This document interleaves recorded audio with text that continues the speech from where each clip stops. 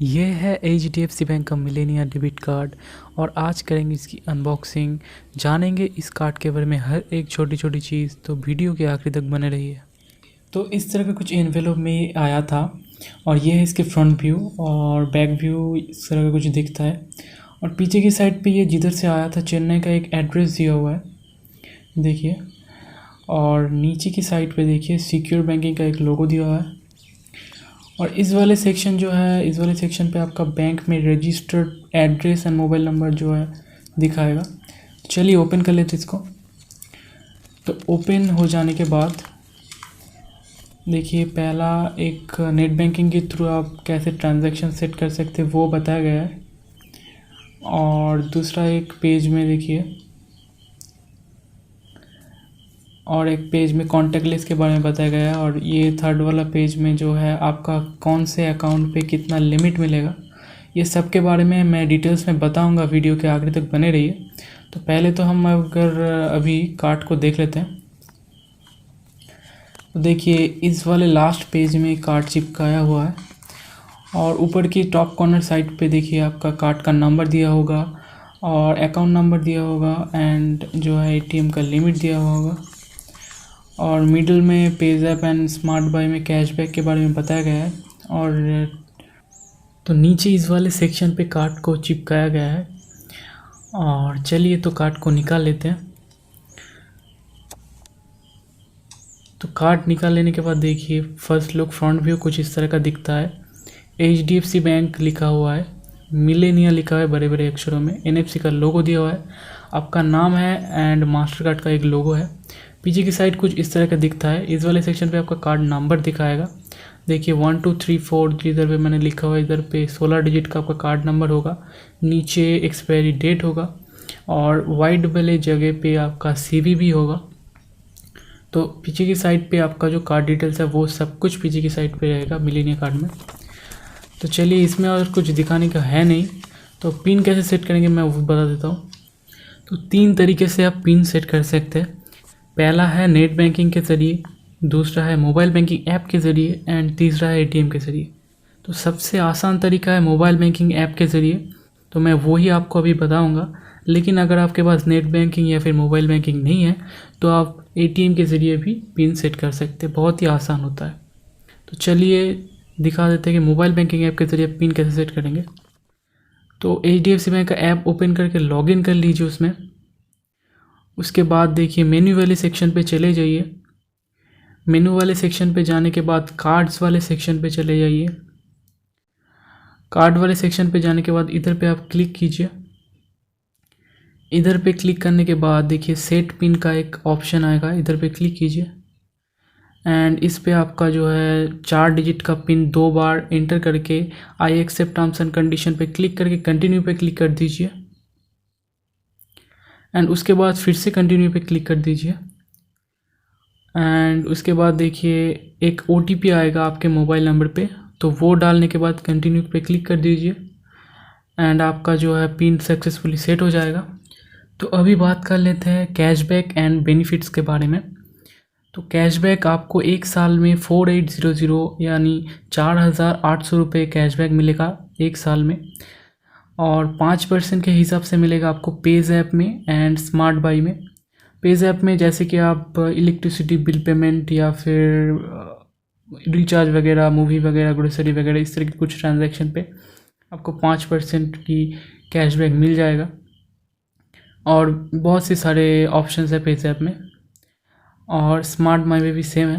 2.5% जो है कैशबैक मिलेगा अदर साइट पे ऑनलाइन स्पेंड करने के लिए। और 1% का कैशबैक मिलेगा आपको वॉलेट रीलोड्स पे एंड ऑफलाइन अगर आप परचेस करते हो तो कैशबैक कैसे मिलेगा वो बता देता हूँ आपको। एक cashback points equal to 1 rupees होता है। तो कैशबैक पाने के लिए आपको मिनिमम 400 रुपये से ज़्यादा का ट्रांजैक्शन करना पड़ेगा, उससे तभी आप कैशबैक के लिए एलिजिबल होंगे। और मिनिमम जो है आप मैक्सिमम जो है आप एक महीने में 400 रुपये से ज़्यादा कैशबैक नहीं अर्न कर सकते हो। और कैशबैक जो रिडीम या फिर विड्रॉल का मिनिमम लिमिट वो भी है 400 रुपये, और वो आप नेट बैंकिंग के ज़रिए कर सकते हैं।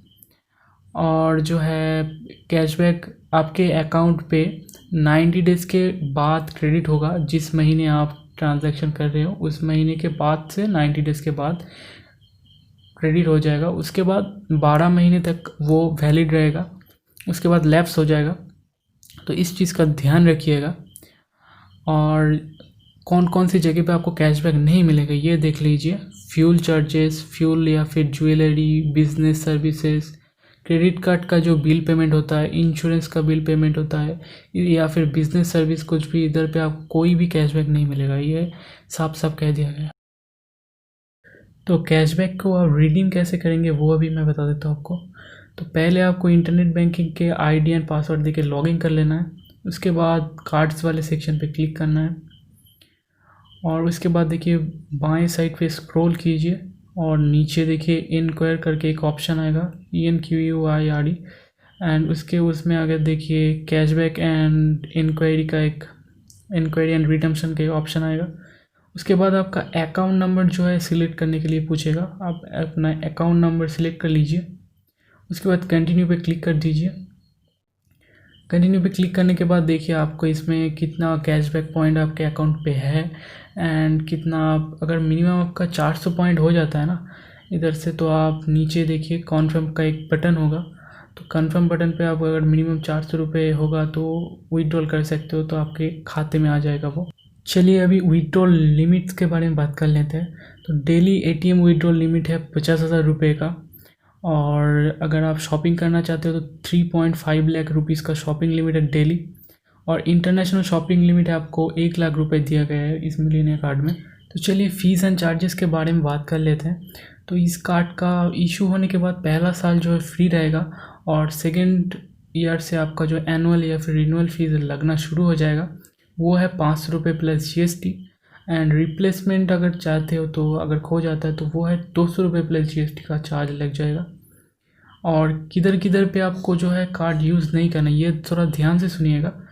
तो IRCTC एंड रेलवे स्टेशन पे आपको इस कार्ड को कभी भी यूज़ नहीं करना है, क्योंकि अगर आप करते हो रेलवे स्टेशन पे तो हर एक टिकट पे आपको 30 रुपये का फ्लैट चार्ज आ जाएगा, और जितने भी अमाउंट का आप टिकट खरीदोगे उसका 1.8% जो है आपके खाते से कट लिया जाएगा चार्ज के हिसाब से। IRCTC के वेबसाइट पे भी सेम है, 1.8% का चार्ज लिया जाएगा जितने भी अमाउंट का आप टिकट खरीदोगे। ओके, तो HPCL, IOCL, BPCL इस तरह का जो पेट्रोल आउटलेट्स होता है ना, उधर पे अगर आपको HDFC बैंक का स्वाइप मशीन मिलता है तो फ्यूल सरचार्ज जो होता है 1% का, वो आपको नहीं देना पड़ेगा। तो अगर आप पिन भूल जाते हो और फिर से पिन जनरेट करना चाहते हो, तो अगर आप नेट बैंकिंग या फिर मोबाइल बैंकिंग के ज़रिए करते हो तो वो तो फ्री है, लेकिन अगर आप ATM के ज़रिए ये कोशिश करते हो तो मतलब पहली बार पिन सेट करने के बाद अगर आप भूल जाते हो फिर से पिन जनरेट करते हो तो आपको 50 रुपये प्लस GST का चार्ज आ जाएगा। और अगर आपके खाते पे पैसा नहीं है और इसके लिए कोई भी ट्रांजैक्शन डिक्लाइन होता है तो उसके लिए आपको 25 रुपीज़ प्लस GST का चार्ज आ जाएगा। इसके साथ आपका जो है क्रॉस करेंसी मार्कअप चार्जेस इसमें है 3.5% का जो करेंसी मार्कअप चार्जेस है। जितने भी आप इंटरनेशनल ट्रांजैक्शन करेंगे उसका 3.5% आपको चार्ज डायरेक्ट कट लिया जाएगा आपके बैंक अकाउंट से। तो अभी ATM ट्रांजैक्शन चार्जेस के बारे में बात कर लेते हैं। तो अगर आपके पास कोई भी सेविंग्स या फिर सैलरी अकाउंट होता है और अगर आप HDFC बैंक के ATM से कैश विड्रॉल करते हो तो वो 5 ट्रांजैक्शन फ्री है, ऑल सिटीज़ में ये एलिजिबल है।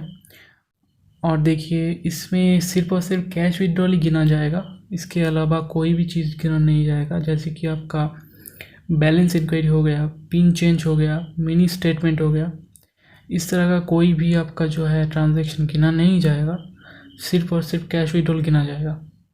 और इसके अलावा अगर आप नॉन HDFC बैंक के ATM से ट्रांजैक्शन करते हो तो जो है वो महीने का 5 ट्रांजैक्शन फ्री है। अगर आप टॉप 6 सिटीज़ से बिलोंग नहीं करते हो तो, और अगर आप टॉप 6 सिटीज़ कौन कौन से है वो भी मैं अभी बता देता हूँ आपको। टॉप 6 सिटीज़ में अगर आपका आता है Mumbai, Delhi, Chennai, Kolkata, Bengaluru and Hyderabad. In top cities में आपका महीने का 3 ट्रांजैक्शन फ्री मिलेगा। और ये जो फ्री ट्रांजैक्शन होता है ना नॉन HDFC बैंक में, इसमें आपको हर एक चीज़ गिना जाएगा, जैसे कि कैश विड्रॉल हो गया, पिन चेंज हो गया, बैलेंस इंक्वायरी हो गया, हर एक चीज़ गिना जाएगा। अगर आपके पास सेविंग्स में अकाउंट है और उसमें मिलेनिया इशू है तो आपको इसमें अनलिमिटेड फ्री ट्रांजैक्शन मिलेगा हर एक एटीएम पे। और अभी बात कर लेते हैं करंट अकाउंट्स में। करंट अकाउंट्स में HDFC बैंक के एटीएम पे जो है अनलिमिटेड एंड फ्री है विड्रॉल्स या फिर बैलेंस इंक्वायरी जो भी कहिए आप। लेकिन अगर आप नॉन HDFC बैंक में जाते हो तो टॉप 6 सिटीज़ में आपको 3 transaction and non top cities में आपको 5 ट्रांजैक्शन फ्री मिलेगा। ये 5 और 3 ट्रांजैक्शन कौन कौन से अकाउंट पे मिलेगा देख लीजिए। वही Flexi Plus, Max, Epix, Ultima, Merchant, Advantage Plus and Supreme, इस तरह के कुछ जो अकाउंट्स है इसमें आपको महीने का जो है 5 ट्रांजैक्शन फ्री मिलेगा। और अगर आपके पास रेगुलर करंट अकाउंट है ना, रेगुलर, प्रीमियम, ट्रेड, इस तरह के कुछ करंट अकाउंट्स है इसमें से, तो उसमें से पहला ट्रांजैक्शन से ही आपको चार्ज देना पड़ेगा 20 रुपीज़ प्लस GST। हर एक नॉन HDFC बैंक मतलब SBI हो गया, बैंक ऑफ बड़ौदा, इस तरह के एटीएम पे आपको पहला ट्रांजैक्शन से ही आपको चार्ज देना पड़ेगा। सेविंग्स या फिर सैलरी अकाउंट में अगर आपका जो फ्री विड्रॉल लिमिट ख़त्म हो जाता है उसके बाद क्या चार्ज आएगा देखिए। कैश विड्रॉल के लिए आपको 20 रुपीज़ प्लस GST का चार्ज आ जाएगा। और इसके अलावा अगर आप नॉन फाइनेंशियल ट्रांजैक्शन करते हैं जैसे कि आपका बैलेंस इंक्वायरी हो गया, मिनी स्टेटमेंट हो गया, पिन चेंज हो गया, इस तरह के ट्रांजैक्शन पे आपको 8.5 रुपीज़ प्लस GST का चार्ज आ जाएगा। इंडिया के बाहर अगर आप कैश विड्रॉल करते हो तो उसके लिए चार्ज आएगा आपको 25 रुपये प्लस GST जो है बैलेंस इंक्वायरी का, 125 रुपये प्लस GST आएगा कैश विड्रॉल के लिए, और उसके ऊपर से 3.5% का नॉन मैनेज सेगमेंट के लिए ये चार्ज है। जैसे कि एम्पेरिया, प्रेफर्ड एंड क्लासिक, ये 3 सेक्शन के बाद जितने भी अकाउंट है वो नॉन मैनेज सेक्शन है। और मैनेज सेक्शन यानी कि एम्पेरिया, प्रेफर्ड में 15 रुपये जो है बैलेंस इंक्वायरी के, 110 रुपये प्लस GST है कैश विड्रॉल के लिए। तो वीडियो अगर हेल्पफुल लगा हो तो एक लाइक और एक सब्सक्राइब ज़रूर से करके जाइएगा। Thanks for watching, see you again.